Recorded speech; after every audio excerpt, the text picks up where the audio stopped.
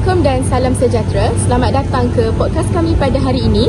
Saya Nur Alia Nabiha binti Muhammad Tariq dan rakan saya Atika Umairah binti Sabri akan menemani anda sepanjang sesi. Terima kasih kepada semua pendengar yang terus menyokong kami. Hari ini kita akan membincangkan topik yang sangat menarik, iaitu normalisasi buli. Bersama kita hari ini ialah tetamu istimewa iaitu Hanan Najlah dan Ain Natasha daripada mahasiswa Universiti Sultan Zainal Abidin, Diploma Pentadbiran Islam tahun pertama semester kedua. Jadi, jom kita mulakan. Baik, untuk memulakan, saya ingin bertanya, berdasarkan kajian anda, apa sebenarnya maksud normalisasi buli? Terima kasih atas soalan yang ditujukan. Bagi pandangan saya, normalisasi buli ialah satu perbuatan buli yang tidak baik, yang kita anggap perkara biasa dan tidak dianggap seriuslah oleh masyarakat sekarang. Sampaikan mangsa sanggup mendiamkan diri manakala pelaku tidak berasa bersalah untuk meneruskan perbuatan tersebut. Contohnya kalau kita perasan dalam kalangan rakan-rakan kita yang suka ejek kita secara fizikal dan benda tu dia berlaku setiap hari, kita anggap benda tu gurauan tapi sebenarnya itu adalah buli. Saya setuju dengan poin panel pertama dan saya nak tanya dari sudut lain kepada panel kedua. Dalam poster, anda menyebut bahawa buli bukan hanya fizikal tetapi juga emosi, lisan dan cyber. Boleh terangkan perbezaannya? Pada pendapat saya, buli fizikal ni ialah bentuk buli yang paling mudah dilihat kerana ia melibatkan sentuhan tubuh atau perbuatan yang melibatkan fizikal. Contohnya menumbuk, menampar, menolak. Buli fizikal ni dia memberikan kesan yang jelas kepada mangsa. Mangsa mungkin mengalami lebam, sakit badan atau kehilangan barang. Yang kedua ialah buli emosi. Buli emosi ni juga dikenali sebagai buli psikologi. Contohnya dengan mengasingkan seseorang daripada kumpulan, memulaukan seseorang, menyebarkan fitnah kepada mangsa. Seterusnya ialah buli lisan. Buli lisan ni dia berlaku melalui kata-kata dan percakapan yang menyakitkan hati. Contohnya mengejek, menghina, main nama bapa dan sebagainya. Yang keempat ialah buli cyber. Buli cyber berlaku apabila seseorang menggunakan media sosial dan teknologi untuk menyakiti atau memalukan orang lain. Contohnya hantar mesej ugutan melalui WhatsApp, meninggalkan komen jahat di media sosial dan sebagainya. Saja. Menarik. Saya rasa ramai pendengar pun boleh relate dengan apa yang dikongsikan. Baik, kita beralih kepada soalan seterusnya. Apakah faktor utama yang menyebabkan pelajar menganggap buli sebagai perkara normal? Bagi pendapat saya, salah satu faktor utama yang menyebabkan pelajar menganggap isu buli ini adalah perkara biasa adalah kerana dari persekitaran itu sendiri yang menganggap isu buli adalah perkara yang normal, perkara yang tidak dianggap serius.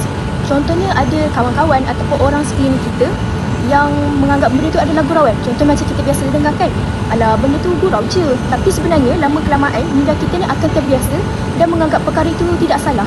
Selain itu bagi saya, kurangnya kesedaran ataupun pengetahuan tentang apa itu buli yang menyebabkan mereka tidak sedar bahawa dari tindakan kecil, contohnya macam mengejek ataupun mengasingkan diri pada rakan-rakan, body shaming, itu pun termasuk dalam kategori buli. Jawapan yang sangat mendalam, terima kasih. Kalau saya boleh sambung sedikit, saya ingin bertanya kepada panel kedua, bagaimana pula dengan jenis-jenis buli yang paling kerap berlaku berdasarkan hasil soal selidik yang anda telah jalankan? Berdasarkan hasil soal selidik yang sudah saya jalankan, buli yang paling kerap berlaku ialah buli lisan. Buli lisan menunjukkan bilangan yang paling tertinggi. Ini menunjukkan responden lebih kerap mengalami tindakan seperti ejekan, hinaan, ugutan kata-kata dan sebagainya. Untuk soalan berikutnya, saya ingin bertanya kepada panel pertama, apakah peranan media sosial dalam membentuk tingkah laku buli pada zaman kini? Kalau kita perhatikan, media sosial ni sebenarnya ada baik sebab dia ada peranan yang besar untuk membentuk pribadi kita yang lebih baik. Macam generasi sekarang kan yang famous generasi Z kan. Jadi macam apa yang kita tengok setiap hari, kita scroll dekat TikTok, dekat IG, kita akan tengok trend, kita akan tengok konten, bahasa ataupun cara orang tu interact. Dan perkara tu perlahan mempengaruhi cara kita berfikir dan bertindak. Bila ramai normalize benda tu perkara negatif, kita pun sebenarnya akan ikut negatif. Tapi kalau konten itu adalah konten yang positif, yang memberi kebaikan, memberi manfaat, inspirasi ataupun mendidik kita, ia pun perlahan membentuk peribadi kita yang lebih baik. Pendek kata, kita boleh ibaratkan yang media sosial ni sebenarnya macam cermin dan guru yang kita ikut tanpa sedar. Terima kasih kepada panel pertama. Kita pergi kepada soalan yang lebih praktikal pula. Panel yang kedua, bagaimana anda melihat dalam bahagian refleksi dan solusi? Anda menyatakan bahawa keluarga memainkan peranan yang sebenar. Boleh jelaskan bagaimana latar belakang keluarga mempengaruhi tingkah laku membuli? Pada pendapat saya, latar belakang keluarga ni dia mempengaruhi tingkah laku seseorang. Kerana keluarga ni ialah tempat pertama seseorang belajar tentang nilai, emosi dan adab. Jika seseorang tu berada dalam suasana rumah yang penuh jeritan, pergaduhan dan tingkah laku buruk, seseorang tu lebih cenderung untuk meniru perbuatan buruk tersebut ketika bergaul dengan orang lain. Faktor ini menyebabkan seseorang tu lebih cenderung untuk menjadi seorang pembuli. Itu satu poin yang sangat penting. Terima kasih atas penjelasan yang jelas. Sebagai lanjutan daripada isu tersebut, panel boleh jelaskan di peringkat sekolah atau universiti, apakah program atau polisi yang wajar dilaksanakan? Pada pendapat saya, di peringkat sekolah atau universiti, antara program atau polisi yang wajar dilaksanakan ialah program kesedaran anti-buli secara berkala, supaya kita nak pelajar ni betul-betul faham apa itu buli dan kesan kepada buli tersebut. Selain itu, saya juga berpendapat bahawa perlu adanya tindakan yang jelas dan tegas supaya kita nak pelajar ni semua tahu bahawasanya buli ni adalah bukan perkara yang remeh dan boleh dibuat main. Terima kasih. Saya suka dengan apa yang telah diutarakan oleh panel yang pertama tadi. Sebab panel kedua, jika anda boleh memberi satu mesej kepada pendengar tentang isu buli, apakah mesej itu? Satu mesej saya kepada pendengar tentang isu buli ialah saya ingin tekankan buli ni bukanlah perkara remeh dan tidak sepatutnya dianggap sebagai gurauan. Kerana setiap kata-kata dan tindakan kita ni ia meninggalkan kesan yang dalam kepada seseorang. Kesedaran diri, self-awareness dapat membantu remaja memahami bahawa gurauan mereka mungkin sebenarnya membuli.